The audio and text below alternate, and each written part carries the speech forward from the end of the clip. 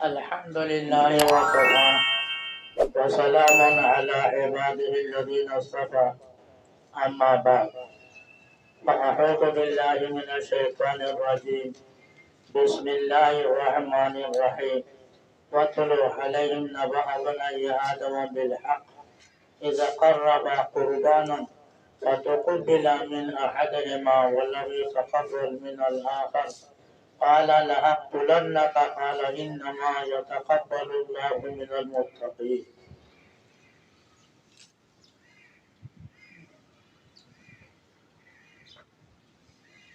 اللہ جل شانہ نے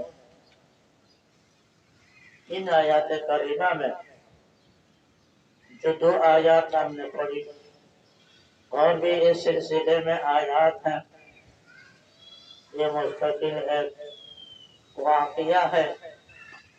اس واقعہ کو ذکر فرمایا۔ واقعہ سے ذکر فرمانے کا مقصد جو بتاتا رہتا ہوں کہ قرآن کریم میں احکام شرعیہ کے علاوہ اوامر اور منہیات کے علاوہ جو اصل بنیادی احکام شرعیہ ہیں، ان کے علاوہ بہت سے حکایات، بہت سے واقعات، بہت سے امثال اللہ تعالیٰ نے ذکر فرمایا۔ علماء کے فرمان کے مطابق طالب علم کو معلوم ہے اوامر منہیات سے متعلق آیات کریمہ زیادہ زیادہ کتنے ہیں بھائی؟ 500 زیادہ زیادہ 500-600 ہے، جبکہ تمام آیات کریمہ 6666 ہے۔ کہاں 6000 کہاں 500، دیکھا تو معلوم ہوا بے شمار آیات واقعات پر مشتمل ہے، مثالوں پر شامل ہے، حکایات کو ذکر کیا گیا ہے۔ اس سے مقصد کیا؟ اس سے مقصد انسان عبرت حاصل کرے۔ ان واقعات امثالوں سے مقصد عبرت حاصل کرنا ہے۔ جیسے کہا گیا السعید من وعظ بغیرہ، نیک بخت آدمی وہ ہوتا ہے جو دوسرے کے حالات دیکھ کر، دوسرے کے حالات سن کر اپنے پر عمل کرنے کا یا بچنے کا جذبہ اختیار کرتا ہے، یہ نیک بخت ہوتا ہے۔ تو اللہ تعالیٰ نے چاہا اپنے بندوں کو نیک بخت بنانے کا اور عبرت حاصل کرنے کا، اس لیے اللہ تعالیٰ نے ان 600-500 اوامر منہیات کے آیات کے لیے کتنے 6000 تک واقعات، امثال، حکایات ذکر فرما دی۔ اس لیے میرے دوستوں، میرے بزرگوں، اس واقعہ سے بھی صرف حکایات پر منحصر نہ سمجھے، بلکہ عبرت حاصل کرنے، اس سے سبق حاصل کرنے، اپنے اعمال کی اصلاح کرنے کی کوشش فرما۔ اللہ تعالیٰ توفیق عطا فرما دیں۔ اس آیات کریمہ میں اللہ تعالیٰ چونکہ مہربان ہے، ان کے مہربانی کا کوئی ٹھکانہ نہیں، تو مہربانی سے انہوں نے ان واقعات کو خاص عام طور پر اللہ تعالیٰ ذکر فرمایا تاکہ بندہ اس سے اپنا حالات کو درست فرما دے۔ غائبانہ طور پر اللہ تعالیٰ پر ایمان رکھتے ہوئے ان پر اپنے اعمال کی اصلاح کرے۔ اللہ تعالیٰ نے بہرحال اس آیات کریمہ میں ذکر فرمایا اور خصوصی طور پر رسول اللہ سے ذکر فرمایا وَاتْلُو، آپ تلاوت کر کے سنا دے آدم علیہ السلام کے 2 بیٹوں کے واقعہ۔ وَاتْلُ عَلَيْهِمْ نَبَأَ ابْنَيْ آدَمَ بِالْحَقِّ، صحیح آدم علیہ السلام کے دو بیٹوں کا واقعہ اب تلاوت کر کے آیات کریمہ کی صورت میں بتا دیا کرے، تاکہ یہ لوگ اپنے اعمال کی اصلاح کرے اور عبرت حاصل کرے۔ اذا قربا قربانا فتقبل من احدهما ولم يتقبل من الاخر، ان کا واقعہ کیا، انہوں نے کسی معاملے میں انہوں نے قربانی دیا، دونوں بیٹوں نے قربانی دیا، اور قربانی میں ایک کی قربانی قبول ہوئی، دوسرے کی قربانی قبول نہیں ہوئی۔ بات تھوڑی سی یہ ہو گئی تھی، آدم علیہ السلام کے زمانے میں شادی کا معاملہ اس طرح تھا، افراد جیسے بھی ہو، اللہ نے شریعت آہستہ تفصیلی طور مفصل طرف پہلے دیا۔ پہلے اتنا نہیں تھا، اجمال تھا۔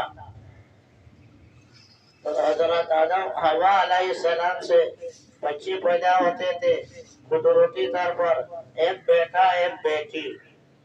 ان کے شادی بیاہ کا یہ طریقہ اللہ تعالیٰ نے آدم علیہ السلام کو بتایا، اپنے جوڑ کے بیٹا بیٹی کے درمیان تو شادی نہ دو، دوسرے جوڑ کے بیٹے سے شادی دیا کرو، ایک جوڑ کی بیٹی دوسرے جوڑ کا بیٹا، اس طرح لیا کرو، ان میں شادی درست ہے، ایسے دیا کرو، اور اپنے جوڑ کے بھائی بہنوں کے درمیان شادی نہ دیا کرو۔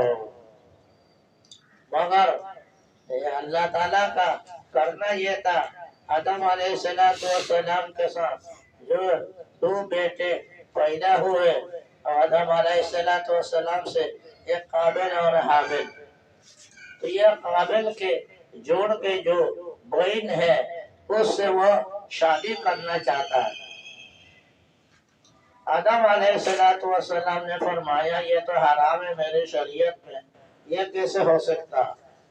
تم دوسرے جوڑ کے لڑکیوں سے جس کو چاہے شادی میں لے آؤ، شادی کر لو، لیکن اپنے جوڑ کے لڑکی سے بہن سے شادی نہ کرو۔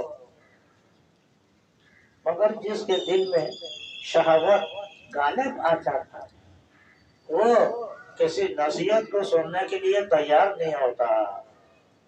میرے عزیزوں، میرے دوستوں، دیکھو شہوات نفسانیہ ایسی خراب چیز ہے، ایسی منحوس چیز ہے، ایسی ملعون چیز ہے، ایسی ملعون چیز ہے، جب یہ مسلط ہو جاتا ہے کسی پر، پھر وہ شریعت کے احکام اس کو صحیح معنی میں نظر نہیں آتا، اللہ رسول کے فرمان کا اہتمام نہیں رہتا، پامال کر لیتا۔ جیسے اللہ تعالیٰ نے اس سلسلے میں دوسرے آیات میں فرمایا، فخلف من بعدهم خلف اضاعوا الصلاة واتبعوا الشهوات فسوف يلقون غیا۔ نیک اولاد، نیک ماں باپ کے اولاد ہوئے کچھ ایسے بد اخلاق، ایسے بد اعمال ہوئے ہیں، ان کے لیے اللہ تعالیٰ نے جہنم مقرر فرمایا۔ تو ان کے بد اعمال، بد اخلاقیہ ان کے اندر جو پیدا ہو گیا، جس کی وجہ سے وہ جہنم کے مستحق بنا، اس کی وجہ کیا؟ وَاتَّبَعُوا الشَّهَوَاتِ۔ دیکھا قرآن فیصلہ ہے، کوئی واقعہ ذکر نہیں کر رہے ہیں، میرے عزیزوں خوب سمجھ لو۔ اسے معلوم ہوا شہوت نفسانیہ ایسے خراب چیز ہے، ایسی موضوع چیز ہے، یہ اگر مسلط ہو جائے، اللہ حفاظت فرمائے، تو پھر اس کو شریعت نظر نہیں آتی، اللہ رسول کے قدر و قیمت ان کے ذہن سے نکل جاتی۔ شہوت دنیا مثل گلخن است کہ از او حمام تقوی روشن است۔ اللہ تعالیٰ نے شہوت کو اس لیے پیدا فرما دیا کہ اس کو دبا کر اللہ جل شانہ کے تقوی، اللہ کا خوف و خشیت انسان حاصل کرے، یعنی اس کو استعمال کر کے اپنے کو برباد بنا دے، برباد کر دے۔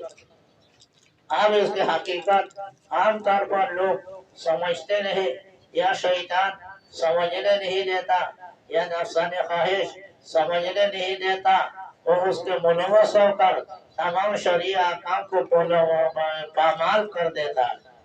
یہاں بھی اس کو سمجھایا، آدم علیہ السلام جیسے نبی نے، اول نبی ہے، اللہ تعالیٰ کا خاص نیک بندہ جس کو اللہ نے اپنے قدرت سے بنایا، انہوں نے سمجھایا اپنے بیٹے کو، دیکھا وہ سمجھاتا رہا، کافی سمجھاتا رہا، مگر سمجھانے سے کچھ فائدہ نہیں ہوا۔ وہی ایک ہے جو اس کے دماغ میں آیا، اس کے فکر میں پڑا، تو اس نے یوں سمجھا میرے برابر کے جو بھائی ہیں حابیل، اس کو شادی دینا چاہتا ہے میرے باپ، لہذا میں اس کو شادی کرنے نہیں دوں گا، اگر میں شادی نہیں کر سکتا اس کو بھی کرنے نہیں دوں گا۔ دیکھو یہ جملہ کب سے پیدا ہوا ہے دنیا کے اندر، آج بہت ہی مروج ہے یہ جملہ۔ لوگ کہتے ہیں غیر فضل میں، جھگڑے فساد میں، آپس میں، اگر تو مجھے لینے نہیں دیتا میں تو تمہیں بھی لینے نہیں دوں گا، اگر یہ چیز تو مجھے لینے نہیں دیتا تو تمہیں بھی لینے نہیں دوں گا۔ تو یہاں بھی اس کا خواہش نفسانی نے، شیطان نے اس کے دل کے اندر یہ ڈال دیا، اگر مجھے شادی کرنے نہیں دیتا تو میں حابیل کو بھی شادی کرنے نہیں دوں گا۔ آدم علیہ السلام نے کہا دیکھو اس میں لڑنا مرنا اچھی بات نہیں، اللہ تعالیٰ سے مشورہ لے لو۔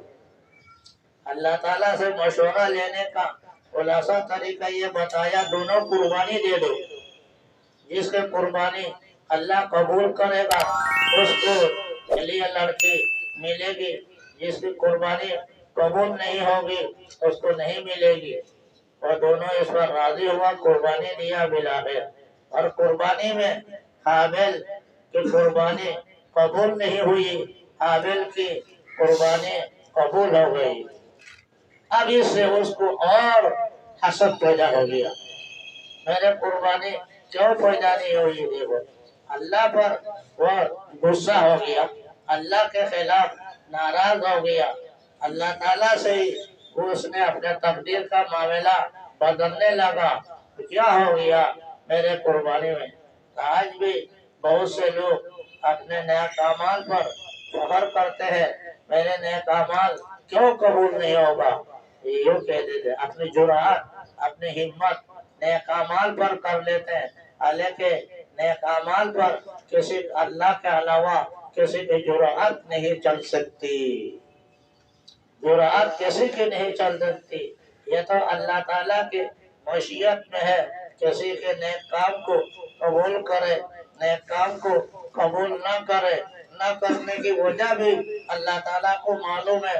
اس حقیقت حال وہ لطیف و خبیر ہے، وہ اندر سے باہر سے دیکھتا ہے، ان چیزوں کے دیکھنے کے بعد مصلحت سے معاملہ فرماتا ہے، ٹھیک ہے؟ تو بہرحال ان کو سمجھاتا رہا لیکن کچھ اثر نہیں ہوا، اور آخر حابیل پر غصہ آیا، آخر حابیل پر غصہ آیا، اور غصہ آ کر کہنے لگا تم کو قتل کر لوں گا میں۔ اذا قربا قربانا فتقبل من احدهما ولم يتقبل من الاخر، جب ایک کی قربانی قبول نہیں ہوئی، حابیل کی قربانی قبول ہو گئی، تو وہ حابیل نے حابیل سے کہا لأقتلنک، میں تو تم کو قتل کروں گا۔ دیکھو وہی مطلب ہے، تو بھی لڑکی نہ لے سکے، میں اگر نہیں لے سکتا تو بھی لے نہیں سکے گا، لہذا تجھے قتل کر کے ختم کر دوں گا۔ تو بہرحال اس نے کہا، حابیل نے، بھائی مجھے قتل کرنا چاہتے ہو ٹھیک ہے قتل کر سکتے ہو، مگر میں اتنے بڑے گناہ پر جرأت نہیں کر سکتا۔ لئن بسطت الی یدک لتقتلنی ما انا بباسط یدی الیک لاقتلک انی اخاف اللہ۔ اس نے کہا تم اگر مجھے قتل کرنا چاہتے ہو ٹھیک ہے قتل کر لو، میں یہ مقتول ہونے کے لیے راضی ہے، لیکن میں کبھی بھی اس سلسلے میں ہاتھ تیری طرف نہیں بڑھاؤں گا، انی اخاف اللہ، میں اللہ سے ڈرتا ہوں۔ یہ اللہ سے ڈرنے کا معاملہ جملہ ایک لفظ بھی نہیں نکلا قابل کی زبان سے، کیوں؟ وہی بات ہے، شہوت نفسانیہ جب مسلط ہو جاتا ہے اللہ کا خوف و خشیت غائب ہو جاتا ہے۔ خواہش نفسانیہ جب انسان پر مسلط ہو جاتا ہے تو خوف و خشیت انسان کے دل سے نکل جاتی ہے۔ لہذا خوب سن لو میرے عزیزوں، میرے دوستوں، خواہش نفسانی کے پیچھے کسی حالت میں نہ پڑنا۔ رسول اللہ صلی اللہ علیہ وسلم فرمایا القیس من دان نفسه وعمل لما بعد الموت والحلق من اتبع نفسه هواها وتمنى على اللہ۔ رسول اللہ صلی اللہ علیہ وسلم نے ایک حدیث شریف میں فرمایا عقل مند آدمی وہ ہے جو مابعد موت کے بعد پیش آنے والے معاملات کے لیے تیاری کرتا ہے اور اللہ تعالیٰ سے ڈرتا رہتا ہے۔ موت کے بعد معاملات پیش آنا، حساب کتاب کا، منصرات کا، اور کیا کہتے ہیں نامہ عمل کا، یہ معاملہ پیش آنے کو وہ ڈرتا رہتا ہے، ان معاملات میں ڈرتا رہتا ہے۔ لیکن خواہش نفسانی مسلط ہونے کے بعد ان چیزوں کو دل سے شیطان نکال دیتا ہے، خواہش نفسانی اس پر غور کرنے نہیں دیتا۔ تو اس لیے بلاخر باپ کے سمجھانے پر حالات کے دیکھتے ہوئے بھی وہ سوچا نہیں، سمجھا نہیں اپنے کے بارے میں، اور اس میں یہ ضد پہ آ گیا قتل کرنے کا، وقتل ہو بلاخر۔ اور آیات اس سلسلے میں اس میں ہے فطوعت نفس قتل اخی فقتل فاصبح من الخاسرین۔ بلاخر اس کے خواہش نفسانی نے اس کو ترجیح دیا، اس کو قتل کرو، قتل کر دیا۔ دیکھا تو اسی سے سمجھ لو خواہش نفسانی جب غالب آ جاتی ہے، ایک تو احکام شرعیہ اللہ کا خوف و خشیت دل سے نکل جاتا، اور خوف و خشیت نکل جانے پر اتباع نہیں کرتا بلکہ بڑے بڑے گناہ کرنے پر جرأت کر لیتا۔ خواہش نفسانی غالب آنے پر انسان صرف اللہ تعالیٰ کے خوف و خشیت کو اپنے دل سے نکال دیتا ہے، محو ہو جاتا ہے، صرف اس پر بس نہیں بلکہ بڑے بڑے گناہ کرنے کے لیے تیار ہو جاتا ہے۔ قتل شریعت میں کتنا بڑا اکبر الکبائر۔ رسول اللہ صلی اللہ علیہ وسلم نے سے کسی نے پوچھا اکبر الکبائر، بڑے گناہ سے گناہ عظیم گناہ کون سا ہے؟ رسول اللہ نے شرک بتایا، شرک کے بعد قتل النفس فرمایا، ان تقتل نفسا، اللہ تعالیٰ نے جو نفس حرام کر دیا بے گناہ کے قتل کا، اس کو قتل کر دینا۔ اب اپنے بھائی کو اس جرم پر دیکھو، وہ ایک لڑکی اس کو مل نہیں رہی ہے، اس پر کون سا جرم ہوا ان کا دوسرے بھائی کا، اس کا تو اس سے کوئی دخل ہی نہیں، لیکن حسد نے اس کے اندر شہوت نفسانی نے اسی کو تمام رکاوٹوں کا ملجا ماوا ٹھکانہ بنا دیا اور اس کو قتل کر لیا۔ فاصبح من الخاسرین۔ قتل کرنے کے بعد اللہ تعالیٰ نے اسی میں فرمایا فبعث الله غرابا يبحث في الارض ليريه كيف يواري سوءة اخيه۔ فرمایا اللہ تعالیٰ نے پھر دو کوا بھیجا۔ کیوں بھیجا؟ یہ قتل تو کر لیا، اب مقتول کو کہاں دفن کرے گا، کہاں رکھے گا، وہ سمجھ میں نہیں آ رہا، کیسے اس کو چھپا دے گا، چھپانے کی فکر کر دیا۔ دیکھو پہلے تو شیطان نے قتل کرانے پر جرأت کر دیا، اب اس کو راستہ نہیں بتا رہا، شیطان اس کے دل میں بات آنے نہیں دے رہا، اس کو کیسے چھپا ہے؟ تو اللہ تعالیٰ نے اس کی ذلت، اس کی خفت، اس کی نحوست بتانے کے لیے دو کوا بھیجا. دونوں نے ایک دوسرے کو مارا، پنجہ مارا، چمچ مارا اور مار دیا. تو جس کو مار دیا اس کو اپنے پنجے سے مٹی کود کر اپنے سامنے دفن کر دیا. یہ دیکھ لیا قابل نے، یہ دیکھ کر کہا یا ویلتا اجزت ان اكون مثل هذا الغراب فاواري سوءة اخي فاصبح من النادمين. تو کہنے لگا افسوس میری عقل کیا ہو گئی، ایک کوا کے عقل سے بھی میری عقل گئی، ختم ہو گئی، میں اتنا کام نہیں کر سکتا. دیکھا اس سے اکابر نے فرمایا. ایک تو اس واقعہ سے خواہش نفسانی کا برے ہونا، برے نتیجہ خیز ہونا یہ معلوم ہوا. دوسری بات یہ ہے عقل انسان کے ختم ہو جاتی ہے کسی گناہ کی نحوست کی وجہ سے. جب انسان گناہ کا ارتکاب کر لیتا ہے، کبیرہ گناہ کا بالخصوص، تو اس کا عقل صحیح نہیں رہتی، عقل صحیح کام نہیں کرتی. اس لیے اکابر کے ہاں مشہور مقولہ ہے کیا گناہ کا سب سے پہلے حملہ عقل پر ہوتا ہے. اکابر کا بالاتفاق یہ مجموعہ جملہ ہے کیا یہ گناہ کا جو کرے گا سب سے اس کا گناہ کا حملہ اس کے عقل پر پڑے گا، عقل ختم ہو جائے گی. اس لیے ہم نے کچھ دن پہلے یہاں گناہ کی نوسط بتایا. تو کتنے بتایا؟ نمبر 1 سے لے کر 10 تک بتایا. اس میں آخر میں جا کر یہ بتایا گناہ کی نحوست سے انسان کے عقل میں فساد پیدا ہو جاتا ہے، کام کرنے نہیں دیتا. دیکھا یہ معصیت آنے کے بعد عقل ختم ہو جاتی. اور اس کی صحیح واقعہ دیکھ لو قرآن سے. قتل کرنے کے بعد ان کو یہ سمجھ میں نہیں آ رہا اس لاش کو، اس مقتول کو کیسے چھپ رہا ہے. ایک کوا سے اس کو علم ہوا تو گویا وہ جانور سے بدتر ہو گئی.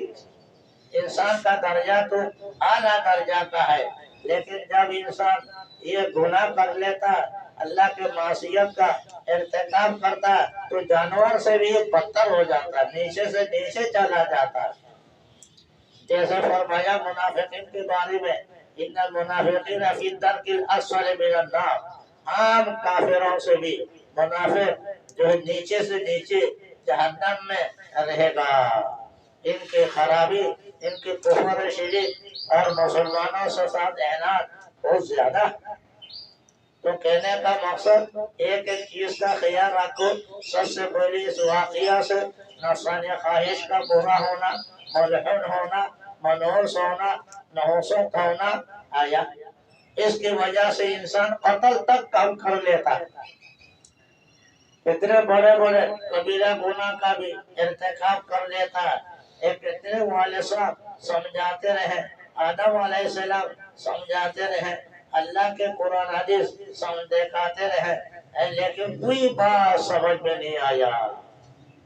ایک تو خواہش نفسانی انسان کو برباد کر دیتا، ہلاک کر دیتا، جہنم سے مستحق بنا دیتا. فسوف یلقون غیا. اللہ تعالیٰ نے فرمایا جو خواہش نفسانی پر تلے ہوئے زندگی گزارے گا عنقریب ان کو جہنم میں ڈال دیا جائے گا. وخلف من بعد خلف اضاعوا الصلاة واتبعوا الشهوات فسوف يلقون غیا.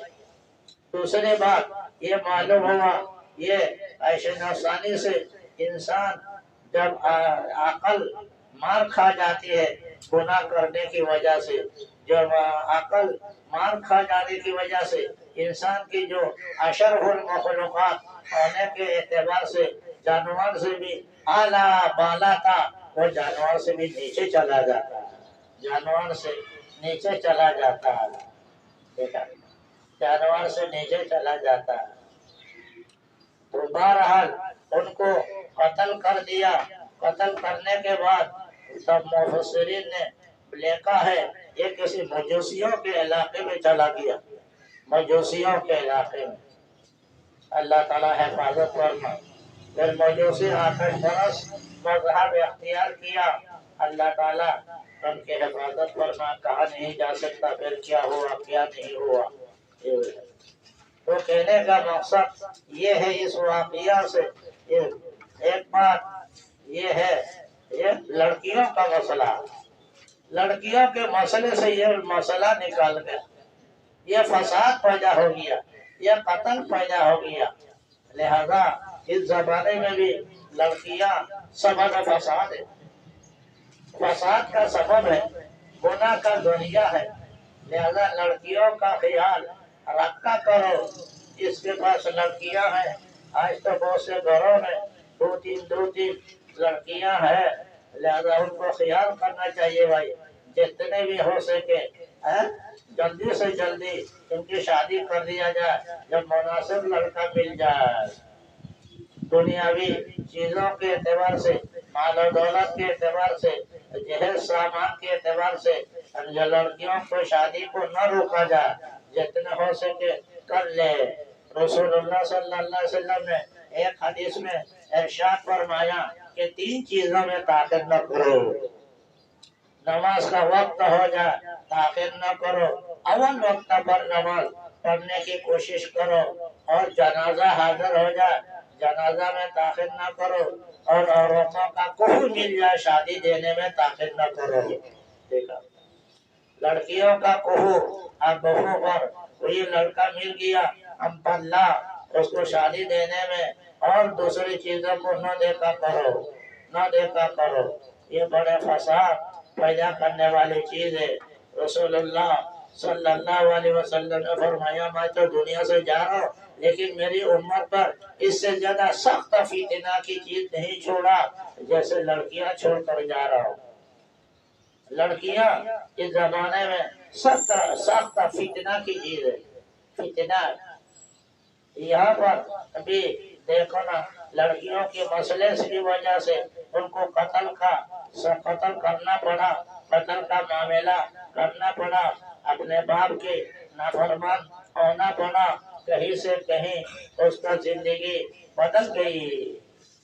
تو یہ جیسے خواہش نفسانی انسان کے لیے بورے سے بری چیز ہے، اسی طرح یہ فتنہ کی چیز ہے لڑکیاں، فتنہ کی چیز ہے لڑکیاں۔ ان لڑکیوں کے فتنے سے بچنے کی اپنے کو کوشش کر لو۔ دوسری چیز یہ سمجھ لو، جب بھی کوئی گناہ ہوگا عقل ختم ہو جائے گی، عقل مار جائے گی۔ جب عقل نہیں ہے تو انسان بے عقل ہو جائے گا، کسی کام کا نہیں ہوگا۔ اللہ تعالیٰ ان نحوست سے، ان تینوں نحوست سے بچنے کی ہمیں توفیق عطا فرما۔ وآخر دعوانا ان الحمد للہ۔